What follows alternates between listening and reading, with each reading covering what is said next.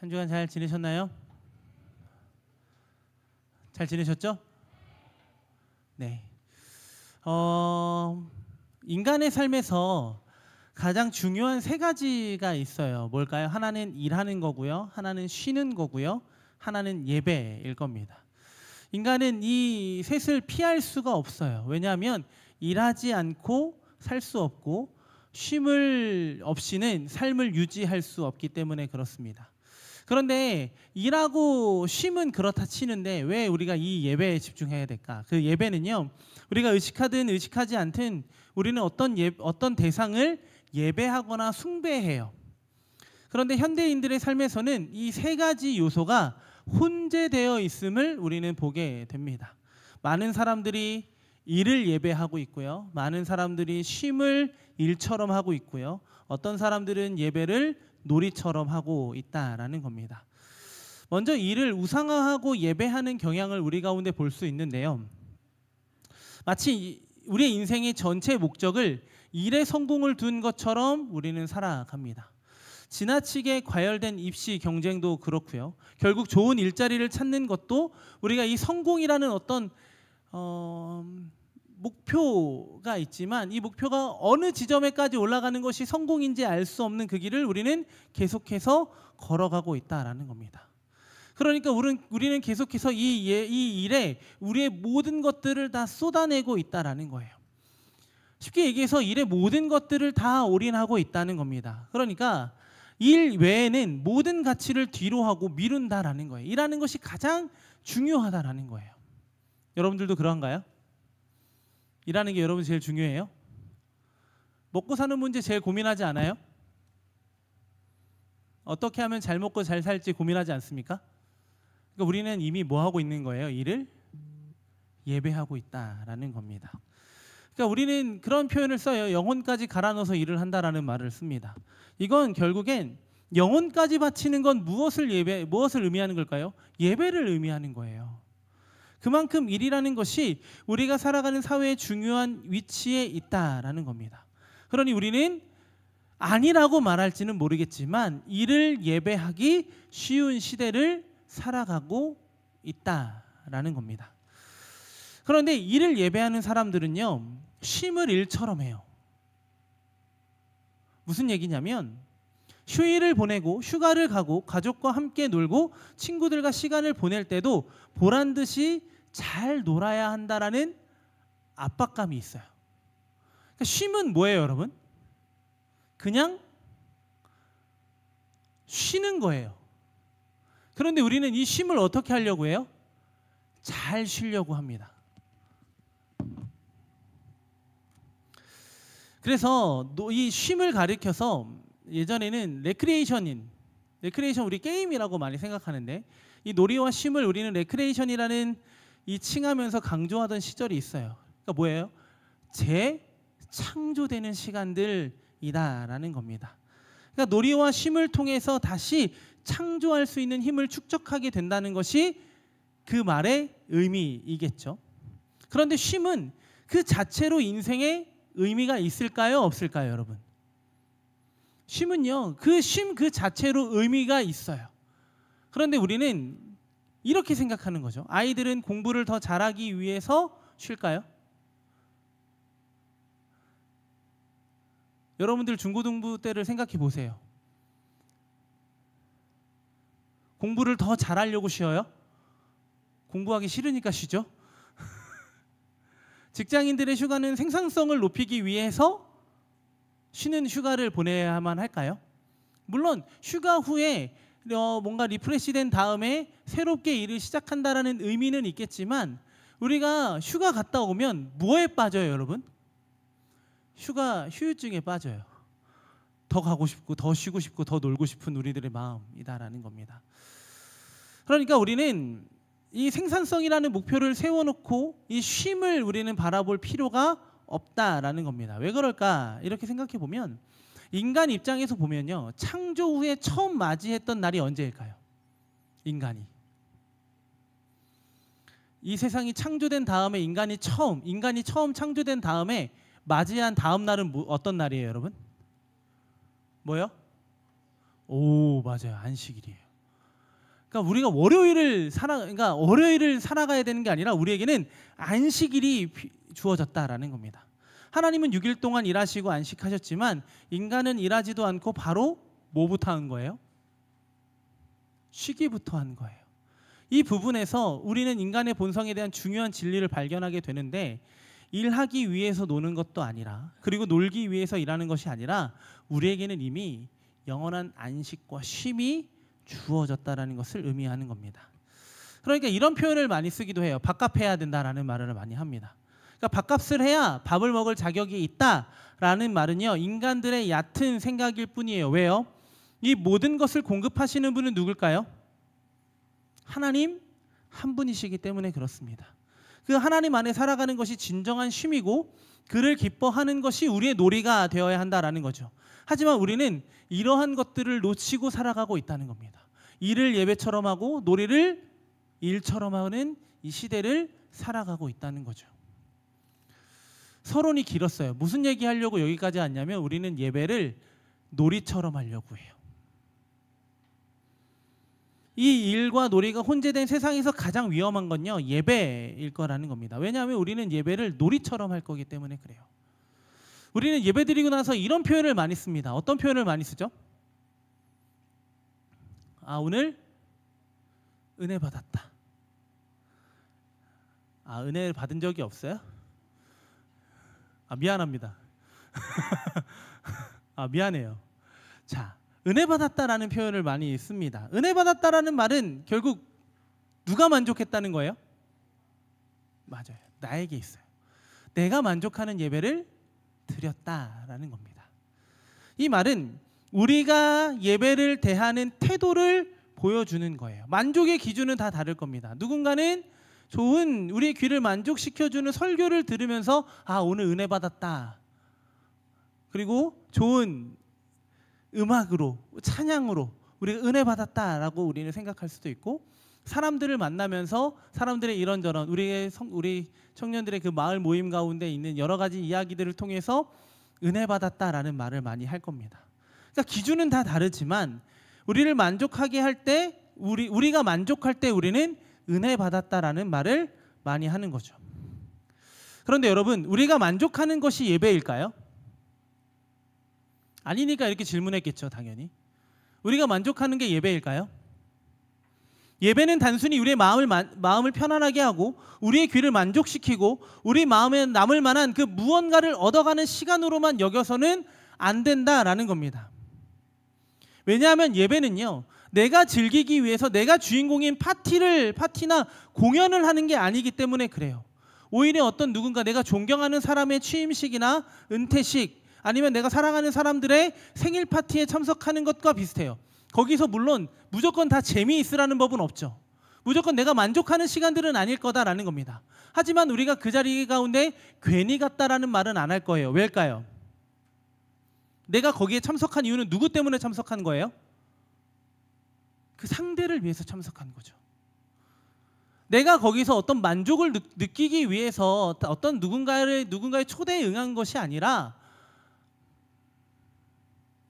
그가 만들어 놓은 잔치를 누리기 위해서 우리는 거기에 나아가게 된다라는 겁니다. 상대가 그런 거죠. 그 나를 초대한 사람이 내가 그 자리에 있는 것만으로도 기뻐한다면 나는 뭐예요? 이미 그것으로 충분하다라는 겁니다. 그러나 예배를 통해서 우리가 누리는 기쁨이 있다면 바로 이러한 모습일 거예요. 하나님이 우리를 바라보시고 기뻐하시는 것. 우리가 무엇을 했기 때문에가 아니라 우리가 이 자리에 나와왔기 때문에, 우리가 이곳에 존재하기 때문에, 그 하나님의 초대에 응했기 때문에 하나님께서 우리를 바라보시면서 뭐 할까요? 기뻐하신다면 우리의 예배는 그걸로 충분하다라는 거예요. 그러니까 예배는 하나님을 위한 것입니다. 예배의 목적은요, 우리의 기쁨이 아니라 철저히 하나님의 기쁨이라는 것을 기억하셔야 돼요. 우리 23절 말씀 함께 읽어볼까요? 함께 읽겠습니다. 시작. 아버지께 참되게 예배하는 자들은 영과 진리로 예배할 때가 오나니 곧 이때라. 아버지께서는 자기에게 이렇게 예배하는 자들을 찾으시느니라. 영과 진리로 예배하는 자들을 하나님께서 찾으신다라는 것은 쉽게 말하면 하나님께서 기뻐하시는 자리에 우리를 뭐하고 계신다라는 거예요. 우리를 부르고 계신다라는 거예요. 우리를 초대하고 계신다라는 것을 의미하는 거겠죠. 이런 자리이기 때문에 우리가 누리는 유익은 당연합니다. 왜요? 누가 부르시는 거예요? 우리에게 이미 놀라운 은혜를 베풀어 주신 하나님께서 우리를 이 예배 자리로 초청하셨기 때문에 우리는 여기서 은혜 받고 이 예배를 통해서 우리가 기뻐하고 만족하는 건 당연해요. 그런데 내가 만족하고 내가 기뻐하고 내가 유익을 얻어서 만족하는 것이 아니라 누구 때문에 만족한 거예요, 여러분? 우리를 부르신 하나님 때문에 만족하다라는 겁니다. 여러분, 예배는요, 우리가 은혜 받기 위해서 드리는 게 아니라 은혜 받았으니까 드리는 거예요. 예배할 수 있는 거는요, 어떤 것이 우리에게 주어질 것을 기대하며 나온 것이 아니라 이미 우리에게 놀라운 은혜가 주어졌기 때문에 우리는 이곳으로 나아왔다라는 거예요. 물론 이곳에서 우리가 원하는 그 무언가가 이루어지게 된다면 너무나도 좋겠죠. 우리가 기대했던 그 무언가가 이루어지면 너무나도 좋겠죠. 그런데 그것이 이루어지지 않았을 때 우리가 만족하지 못한다면, 우리가 이 예배를 통해 기뻐하지 못한다면 우리를 이 은혜의 자리로 초청하신 하나님께서 과연 기뻐하실까? 우리는 고민해 볼 필요가 있다라는 겁니다. 그러니 은혜 받은 이들이 하나님을 기뻐하는 자리가 바로 예배가 되어야 한다라는 거예요. 21절, 4장 21절에 보면 이런 말씀이 나와요. 함께 읽어볼까요? 시작. 예수께서 이르시되 여자여 내 말을 믿으라. 이 산에서도 말고 예루살렘에서도 말고 너희가 아버지께 예배할 때가 이르리라. 사마리아 여인이 예수님께 물었던 거예요. 뭘 물어봤냐면 어디서 예배 드리는 게 과연 옳은 겁니까? 라고 물었던 겁니다. 그런데 예수님의 대답은 뭐예요? 어디서도 아니라 누구를 예배하는 것이 중요하다라고 말씀하세요, 여러분? 누구요? Say ho. 이거엔 반응하면서 왜 이거엔 대답을 안 하는 거야? 누구에게 예배하는 것이에요? 어디서 예배하는 게 아니라 아버지께 예배할 때가 된대요. 곧 그 때가 올 거라는 거예요. 지금 이 얘기는 무엇을 지금 이 시대로 얘기하면 내가 만족하는 그 어디에서 예배하는 것이 아니라 부름받은 그 자리에서 하나님만을 예배해야 한다라는 것을 의미하는 겁니다. 예배는요, 예배의 목표는 내가 좋은 느낌을 찾는 것이 아니라 하나님의 기쁨을 위해 우리가 존재하는 것이 바로 우리의 예배여야 한다라는 겁니다. 그러니 우리의 모든 순간, 이 자리에 있는 모든 순간이 우리는 은혜로 충만하다라는 것을 우리는 잊지 말아야 한다라는 거죠. 그러려면 정말 내가 좋은 느낌에서 벗어나서 하나님께서 기뻐하시는 예배를 드리기 위해서 우리는 어떻게 해야 할까? 어떤 예배를 드려야 할까요? 여러분, 24절을 보면 이렇게 말씀하고 있습니다. 함께 읽어볼까요? 시작.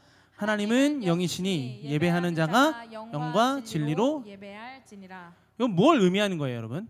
하나님은 영이시래요. 그러면 예배하는 자는 무엇으로 예배한대요? 영과 진리로. 이건 뭘 의미하는 걸까요, 여러분?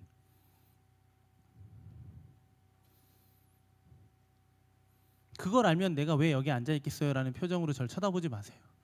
그냥 질문하는 거예요. 대답을 원하는 것도 있지만 여러분 꼭 제가 왜 질문하냐면 정리하는 거예요. 질문하면서.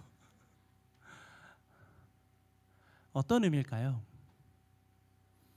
내 것으로 예배하는 것이 아니라 누구의 것으로 예배하는 거예요?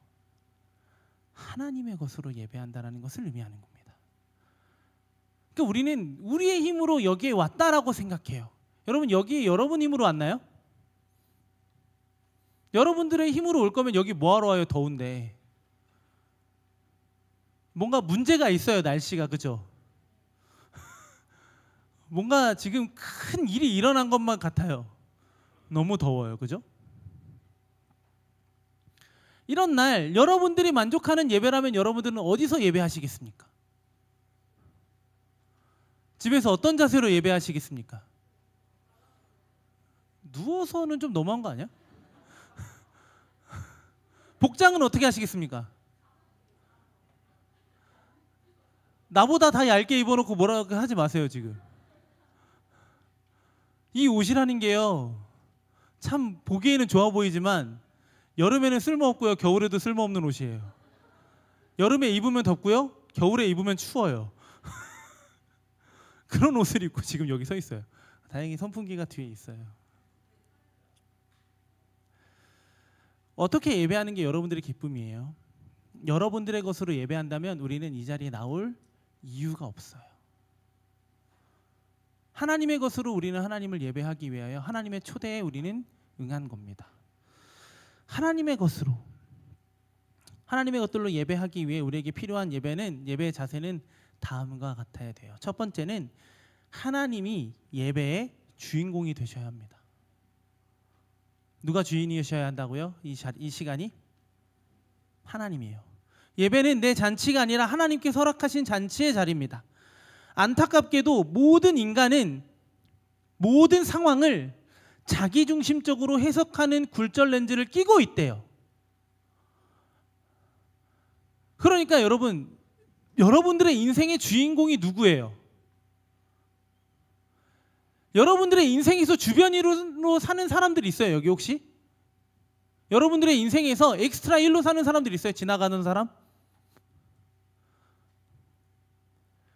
다 내 중심으로 돌아가고 있는 세상을 우리는 살아가고 있다라는 겁니다.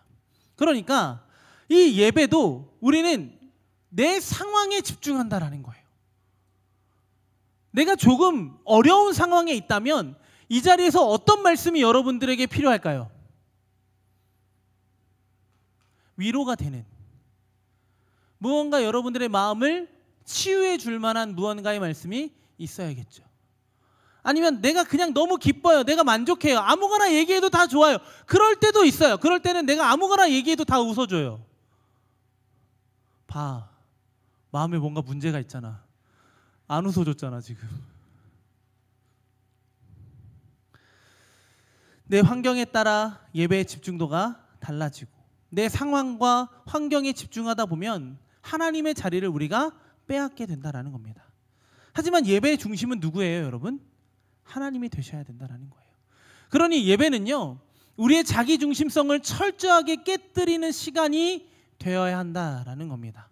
내가 아니라 하나님이 영광 받으셔야 할 뿐이라는 단순한 이 메시지가 우리 스스로가 얼마나 이기적인 마음으로 예배하고 있었는지를 돌아보게 한다라는 거예요. 예배는 하나님을 높이고 내가 낮아지는 시간입니다. 무엇보다 내가 얼마나 자기중심적이었는지를 발견하고 인정하는 시간이 바로 예배한다라는 거죠. 그러니 이 예배에 온다라고 해서, 우리가 예배를 드린다고 해서 자동적으로 하나님께 초점이 맞춰지지 않는다라는 겁니다. 그러니 우리는 철저하게 우리의 것을 내려놓고 성령의 도우심과 우리에게 주어진 그 말씀의 은혜를 통해 하나님께서 주인 되심을 인정할 필요가 있다라는 겁니다. 우리 찬양할 때 고백했죠. 모든 시선을 주님께 드릴 때 우리는 무엇을 보게 돼요? 살아계시고 전능하신 그 하나님을 보게 된다라는 겁니다. 내 시선을 내 것에 여전히 집중하다 보면 나의 삶을 전혀 관여하지 않으시는, 내 삶을 치유하지 못하시는, 내 삶을 이끌어내지 못하시는, 은혜를 베풀지 않으시는 그 하나님만 보게 된다라는 거예요. 그러니 우리의 눈을 들어 누구를 바라봐야 돼요, 여러분? 지금 이 시간에는 하나님, 이 자리의 주인이신 그 하나님을 온전히 바라볼 수 있어야 된다라는 것을 우리는 잊지 말았으면 좋겠습니다. 여러분, 예배 시간이 몇 시부터죠? 45분이 되어도 이 자리는 여전히 빈자리로 가득합니다. 볼 때마다 참 아쉽고 안타까워요.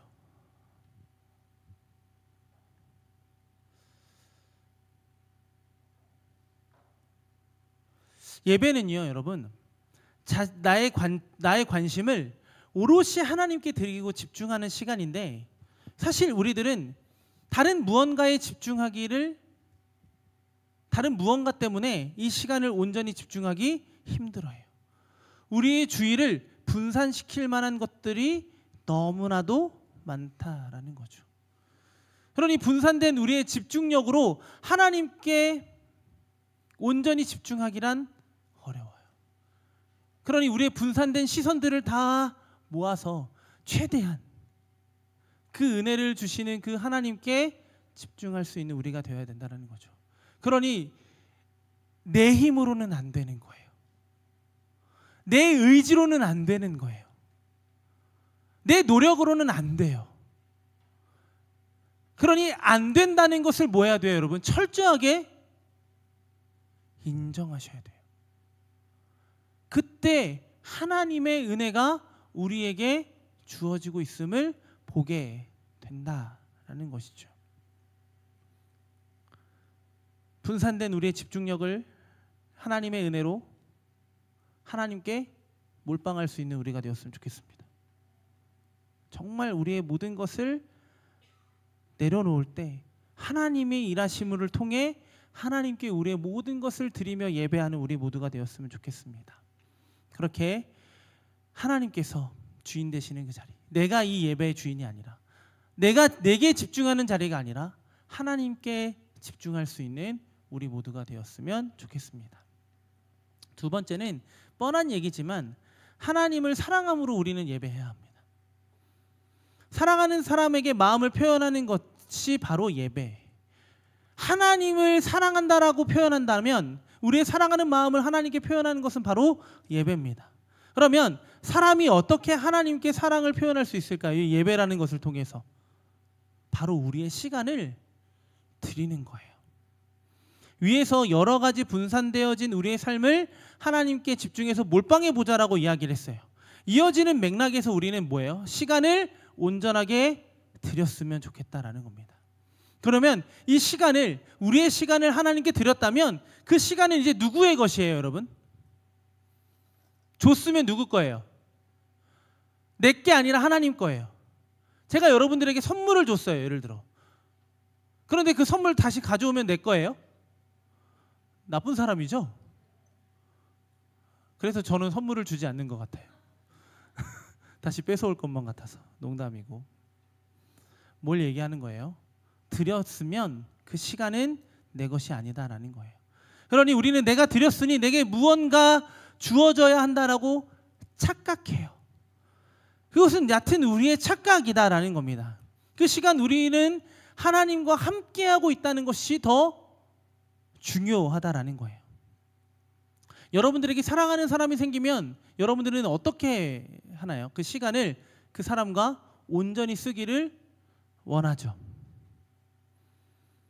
그 사람과 시간을 보내는 것만으로도 우리는 행복하다라는 겁니다. 우리의 예배가 하나님을 사랑하는 마음으로 예배한다면 그 시간 함께 하시는 하나님으로 만족할 수 있는 우리가 될 것입니다. 그 시간을 기뻐할 수 있는 우리가 되어야 한다는 것이죠. 하나님과 함께하는 그 시간은 그 무엇으로도 바꿀 수 없는 시간임을 잊지 않는 우리가 되었으면 좋겠습니다. 그렇기 때문에 하나님을 사랑한다면 우리를 사랑으로 초대하시는 그 예배 시간에 온전히 하나님께서 기뻐하실 수 있도록 우리의 것을 내어드리며 예배하는 우리가 되었으면 좋겠습니다. 우리의 관심을 하나님께 올려드리는 것이고, 두 번째는 우리의 사랑을 하나님께 올려드리는 겁니다. 마지막 세 번째는 뭘까요, 여러분? 우리의 삶을 하나님 앞에 올려드리며 예배해야 된다는 겁니다. 하나님께서 허락하신 우리의 삶의 모든 영역에서 우리는 예배할 수 있어야 한다라는 거죠. 루터라는 사람이 있어요. 이 루터라는 사람이 결혼 후에 자신의 삶이 완전히 바뀌었음을 보게 돼요. 이 사람은 원래 수사 출신입니다. 그런데 이 루터가 갑자기, 예전에는 골방에 앉아서 기도하고 말씀 받던 사람이 지금 뭐 해야 돼요? 결혼했으니까, 결혼하고 애를 낳았으니까 아이를 돌봐야 되고, 그 아이를 돌볼 때 어떤 일도 해야 돼요? 심지어 기저귀도 갈아야 돼요. 기저귀도 빨아야 돼요. 그 당시에는 기저귀도 빨아서 썼을 테니까. 침대를 정리하고 아이 울음소리에 잠 못 이루는 그 시간들을 보면서 이렇게 표현을 했대요. 하나님은 아빠가 아기 기저귀를 빠는 모습을 보고 모든 천사와 피조물들과 함께 기뻐하실 것이다. 아빠가 그 일을 그리스도인의 믿음으로 행하기 때문이다. 지금 내가 기저귀를 빠는 이 행위, 아이 울음소리에 잠 못 이루는 이 시간들은 다 누구와 함께하는 시간들이었다라는 거예요? 하나님, 그 그리스도의 믿음으로 행하는 시간이었음을 루터는 고백하고 있었다라는 겁니다. 하나님의 기쁨이 되는 행동이 예배라면 우리가 그 뜻에 맞게 사는 것 역시 예배에 포함된다라는 거죠. 우리의 행동과 섬김 하나하나에 하나님의 미소를 발견하고 그것이 나의 기쁨이 된다면 그것이 예배가 된다라는 겁니다. 삶으로 예배하면서 우리는 하나님이 어떤 분인지를 알아가게 되는 것이죠. 예배는 인간의 치명적인 자기중심성을 하나님 중심으로 바꿔놓는 작업이기도 합니다. 이 예배를 통해 자기중심성의 균열이 들어가게 되면 그 균열된 틈에 누가 들어와요? 하나님이 자리하기 시작하시고 하나님이 사랑하시는 이웃들이 자리 잡기 시작하면서 결국엔 우리는 하나님을 사랑하고 이웃을 사랑하는 참된 복음의 삶을 살아가는 은혜의 영역을 살아가게 된다라는 겁니다. 그러니까 쉽게 얘기하면 내 삶이 하나님으로 회복되고 고침받았으면 이제 우리는 어떤 삶을 살면 돼요? 그 고침받은 대로 살면 되는 겁니다. 조금 더 이렇게 설명해 볼까요? 예배 중에 하나님은 우리에게 다가오십니다. 모든 예배 시간을 통해 한 사람 한 사람을 하나님은 만지시죠. 그러니 예배는요, 이 1시간 남짓하는 이 의식적인 시간 안에 고립된 것이 아니라 예배는 내 삶 전체에 반드시 영향을 준다라는 겁니다. 그러니 이 예배를 통해 우리의 삶이 변화되는 것을 두려워하지 마세요. 여러분들의 삶이 여러분들의 주인이 아니라 하나님께서 주인 되시는 그 인생을 살아가는 것을 두려워하지 말라라는 겁니다. 내 것을 놓아버리는 것이 내가 끝나는 것이 아니라 내가 사는 삶이라는 것을 잊지 않는 우리가 되었으면 좋겠어요. 하나님의 말씀은 우리의 생각과 마음과 뜻을 살피십니다. 그래서 그 말씀은 우리를 변화시킬 힘이 있어요. 그러니 예배를 통해 주어진 말씀이 우리의 삶을 변화시킬 수 있도록 우리는 기대해야 한다는 거죠. 내 삶이 변화되기를 소망해야 된다는 것입니다. 하나님의 말씀을 만날 때 그 전에 몰랐던 우리 자신을 발견하게 될 겁니다. 그리고 나를 바라봄으로 내 안에 나를 위한 하나님의 놀라운 계획이 있음을 믿어야 한다라는 것이죠. 하루아침에 100% 이렇게 될까요? 갑자기 우리의 인생이 변화될까요? 그랬으면 너무나도 좋겠지만 그렇지 못한 우리를 보게 되죠.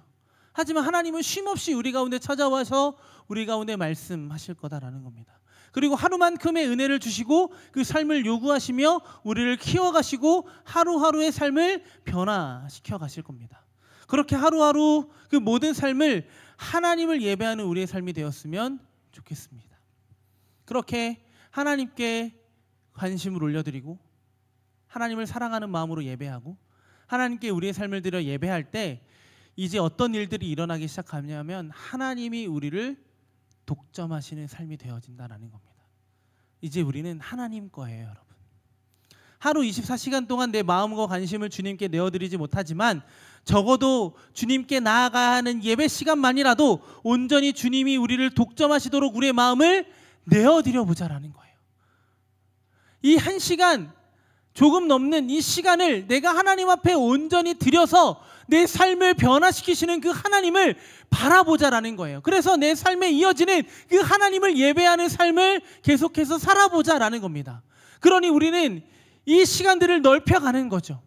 처음에는 이 1시간에 집중했다면 이제는 점점 영역을 넓혀가서 어느 시간까지요? 이 예배를 준비하는 그 토요일 저녁 시간부터 그 토요일 금요일 목요일 수요일 화요일 월요일 매 순간 하나님을 예배함으로 우리가 하나님의 것임을 기억하고 우리가 하나님을 예배할 때 하나님께서 얼마나 우리를 기뻐하실지를 기대하는 우리의 삶을 살아가는 우리가 되었으면 좋겠습니다.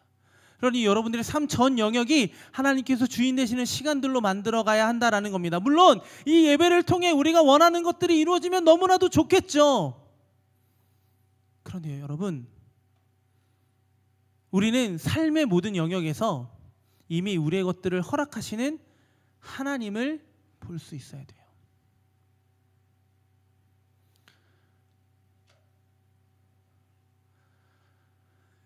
이 예배만큼이라도 하나님께서 여러분들의 삶을 이끌어 가시기를 기대하셨으면 좋겠어요. 우리가 이 시간을 하나님께 드리기로 했잖아요. 그러면 이 시간만큼이라도 뭐 하자는 거예요?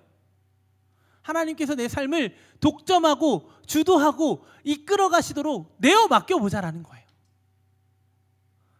그러면 그 틈이 벌어진다라 그랬죠. 그 틈이 벌어지면 벌어질수록 우리의 삶 가운데 누가 자리 잡기 시작하는 거예요? 나는 사라지고 나는 죽고 오직 예수가 살아가는 그 놀라운 은혜의 삶을 살아가게 될 줄 믿습니다. 우리 23절 말씀 다시 한번 읽어볼까요? 함께 읽겠습니다. 시작. 아버지께 참되게 예배하는 자들은 영과 진리로 예배할 때가 오나니 곧 이때라. 아버지께서는 자기에게 이렇게 예배하는 자들을 찾으시느니라. 영과 진리로 예배할 때가 오고 그 때가 바로 이때예요. 이때에 하나님은 무엇을 기대하세요? 이렇게 예배하는 자들을 찾고 계신다라는 겁니다. 그러니 우리는 그렇게 하나님께서 찾으시는 예배자들이 되어야 한다라는 거예요. 여러분, 예배는요 놀이가 아니에요. 여러분, 예배는요 우리가 즐길 만한 것이 아니라는 거예요. 미안하지만 우리가 기뻐해야 되는 자리가 아니라 하나님께서 기뻐하셔야 되는 자리라는 거예요. 그럴 때 우리가 진짜 기뻐할 수 있기 때문에 그래요. 진짜 우리가 즐거워할 수 있기 때문에 그래요.